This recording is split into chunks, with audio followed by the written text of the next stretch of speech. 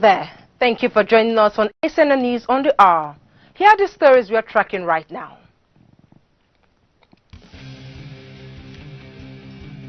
Acnn University holds validatory service for the Right Reverend Professor Dakbo Asaju, appoints new Vice Chancellor.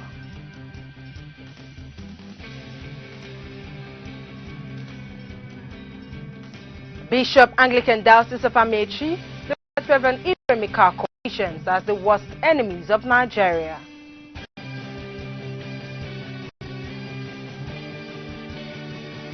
Federal government of Nigeria apologizes to Nigerians over misleading tweets ordering all account holders in the country to apply and fill self-certification forms and re-register.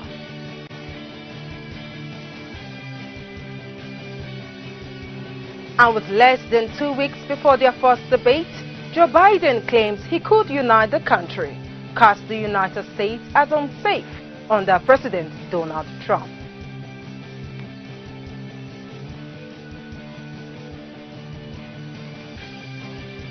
And now the news in details.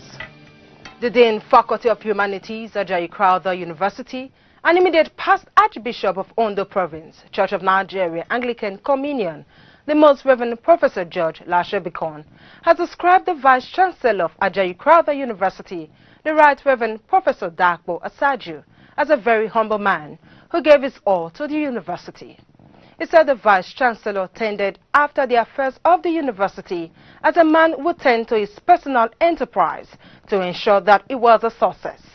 The Archbishop, who is also a Professor of Theology, made the comment while delivering a sermon at St. Andrew's Chapel in the university during a validatory service organized by the chaplaincy for the Vice Chancellor and his wife, Barrister Mrs. Harriet Dakbo Asaju. The Archbishop described Asaju as hardworking and industrious. He said the Vice Chancellor is a man of impeccable integrity, such that he has a good name, which he said is better than gold. He also described Asaju as an exceptionally humble man. After the message, there was an outpouring of love from staffers of the university, as principal officers, deans of faculties, directors, past chaplains of the university, and many members of staff were at the service. Meanwhile, the Ajayi Crowther University, ACU Oyo, has appointed Professor Timothy Adebayo as the new Vice Chancellor to succeed Professor Dakbo Asaju.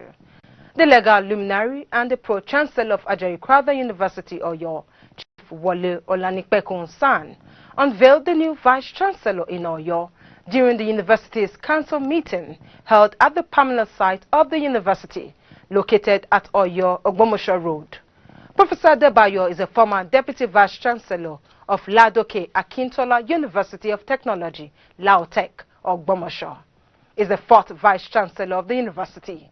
And according to Chief Olanipekun, the institution's governing council had approved the appointment of Professor Adebayo as a successor to Bishop Asaju, having satisfied all the requirements of the institutions, observing all the due process of appointing a Vice Chancellor.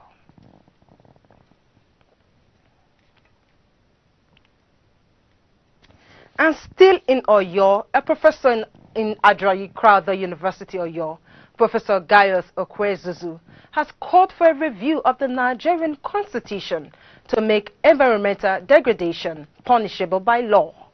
Professor Gaius made the call while delivering his inaugural lecture titled Fishing in Poisoned Waters to Combat Environmental Degradation in the Niger Delta.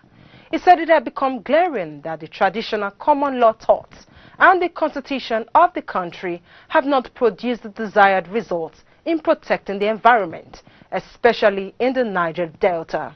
It is therefore necessary to deploy more potent legal weapons in the battle to protect the environment.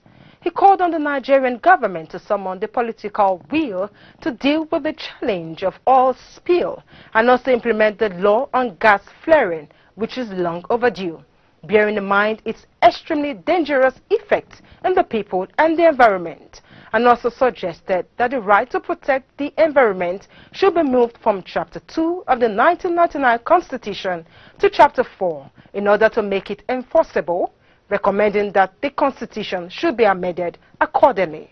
The event attracted people from far and near, including some of his kinsmen from the Niger Delta region.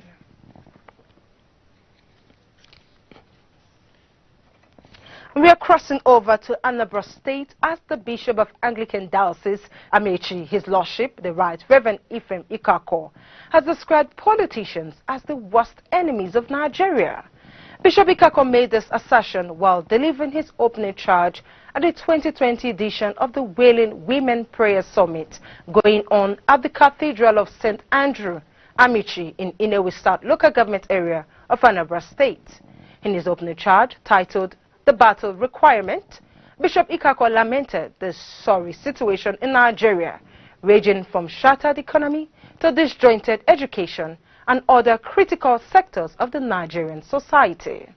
Bishop Ikako regretted that a few years ago, Ghanaians were ridiculed and sent home disgracefully from Nigeria, but today, Nigerians are being sent home from Ghana. He said that things are deteriorating every day in Nigeria, and the only way out is prayers. Between 1979 and 1988, if you graduate as a medical doctor in India, you will not be allowed to practice in this country until you are retrained, because we believe their education system, especially medically, was very low, lower than our own. Today, India is the headquarters of medical tourism for Nigeria, because our education is in shambles. Today, $1 is 420 naira. $1. Our politicians are the worst enemies of this country. Anywhere. Quote me everywhere. If we bring it down, look at your family. Is that how God wants your family to be? 1980 to 89, Ghana must go. Why?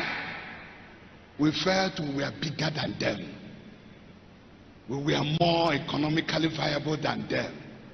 The Ghana Bruna Ero Akpa. We were taunting them, we were harassing them, we were making them feel inferior, because I feel they were on top of the world. Today, Nigeria must go. That's where we are. But I want to tell you, there is hope. Touch your neighbor, say there is hope. No, he didn't say it with assurance. Tell your neighbor there is hope. We are living in shame. Forget this thing politicians are doing. He said, let the minister, the priest, who minister in the sanctuary, let them stand between the porch and the altar, and let them cry, spare your people. On the national scene, the federal government has apologized for its tweet, ordering all account holders in the country to obtain and fill self-certification forms and re-register.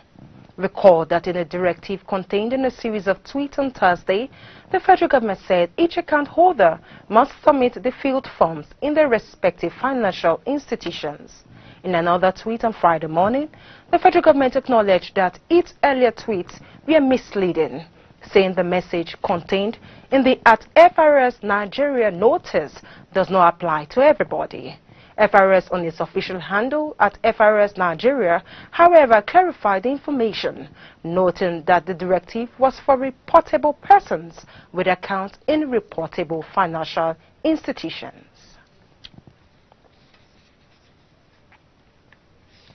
Meanwhile, Nigeria may be heading for a monumental scandal, as emerging facts have revealed that the 60th anniversary logo unveiled with pomp and pageantry by President Muhammadu Buhari at the Presidential Villa, Abuja, last Wednesday may have been a plagiarized work. The logo, which was launched with pomp and pageantry, according to revelations, may have emerged from a Russian gold mine which has been in existence for many years. Reports revealed that Russian diamond mining company Arosa has said that it would want to revive Russia's history as a skilled center for crafting diamond, gems and jewels, and unveiled dynasty, a 51.38 carat traditional round brilliant cut diamond, which it said is the purest of all large diamonds manufactured throughout the Russian jewelry history. The dynasty logo looks exactly the same as the 60th anniversary logo launched by President Muhammadu Buhari.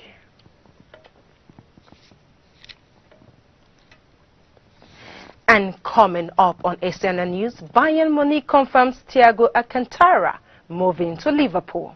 Stay with us for details and even more after this break. It is educating, it is inspirational, it is relevant, it is spiritual, it is the parables, a program that brings to bear what parable means, giving us interpretations to each parable of Christ, and above all, teaching the life-changing lessons from each parable. Join me, Unzubechi Frank, on this station, the Advent Cable Network Nigeria Acnn Television, for the parables. Christianity is not just something we say we have or claim with our lips. We have to live it out.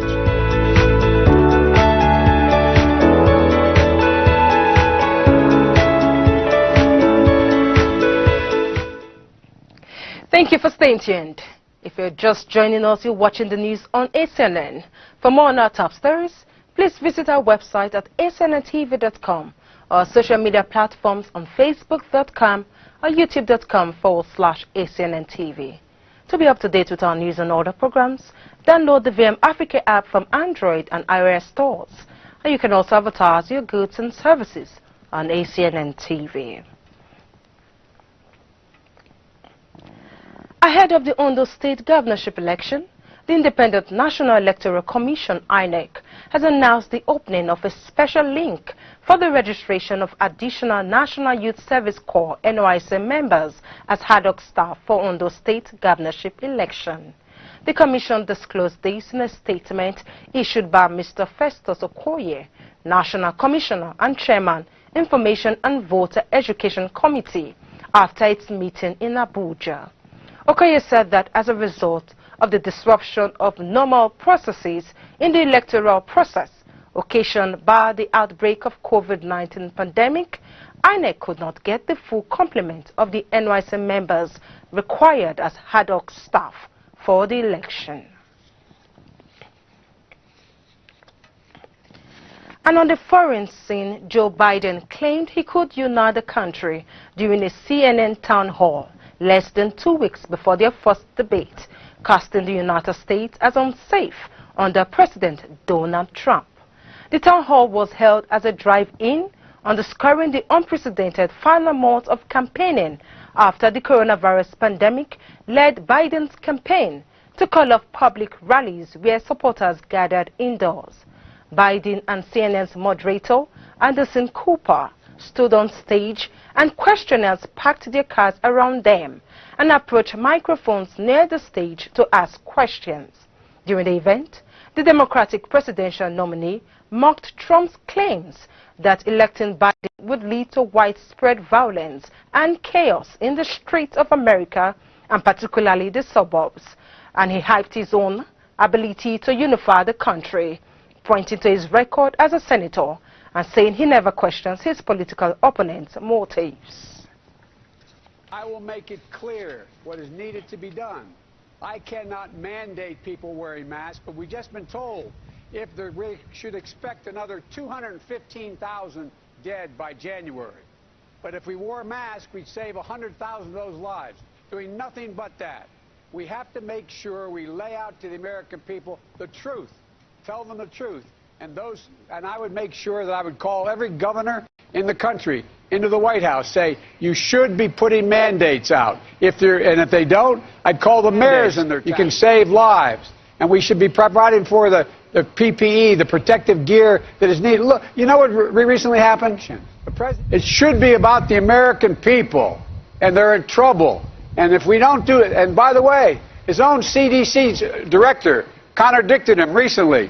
He said, if in fact you just wore this mask nothing else but this mask, you would save between now and January another 100,000 lives. And so we have to be honest with the American people. They're tough. They know, as Franklin Roosevelt said, things get worse and worse before they get better and better, but you got to level with the American people, shoot from the shoulder. There's never... And moving on to sports, Qatar has pegged its national minimum wage at 1,000 riyal, that is 105,000 naira per month, as part of plans to create a first-class labor system in the Gulf country. The new minimum wage will also apply to employees in all sectors, including domestic workers. The reforms are taking place against the backdrop of Qatar's ongoing preparations to host the 2022 World Cup as a milestone moment of Qatar National Vision 2030. A statement by the Government Communication Office of the State of Qatar said employers were also required to provide 500 riyal per month to their workers for accommodation and another 300 riyal for food every month. The government disclosed that the new plans also include the removal of the no objection certificate hitherto required to change jobs and the exit permit requirement.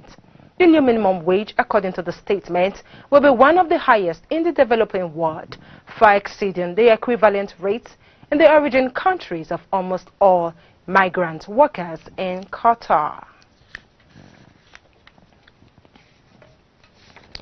Bayern Munich chairman Karl-Heinz Rummenigge confirmed that the club has agreed a transfer with Liverpool for Spain midfielder Thiago Alcantara.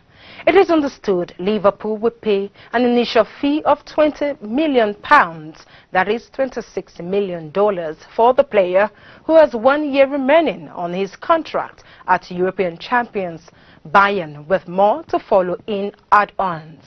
Bayern head coach Hansi Flick congratulated Liverpool manager Jurgen Klopp on landing Alcantara, who he described as an exceptional player.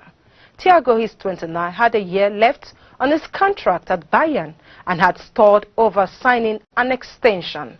He joined Bayern from Barcelona in 2013 and played a key role in last month's Champions League final victory over Paris Saint-Germain.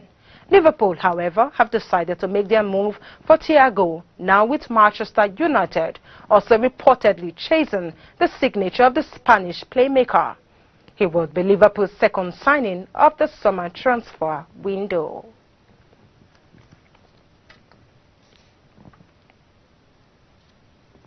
You're still watching the news on the hour. A reminder of our major stories. Ajay Crowther University holds valedictory service for the Right Reverend Professor Dakbo Saju, appoints new Vice Chancellor.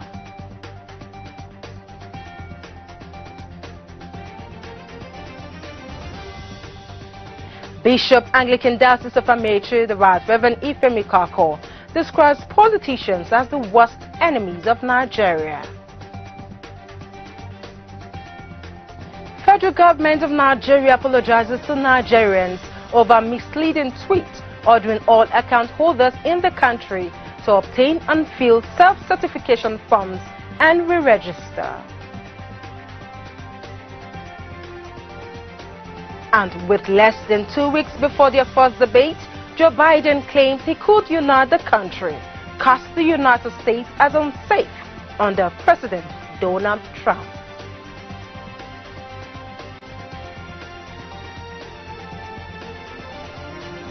And that's it on the news, and thanks for being with us. I am Phoebe Aguimeyu. Have a blessed weekend, you all, and God bless.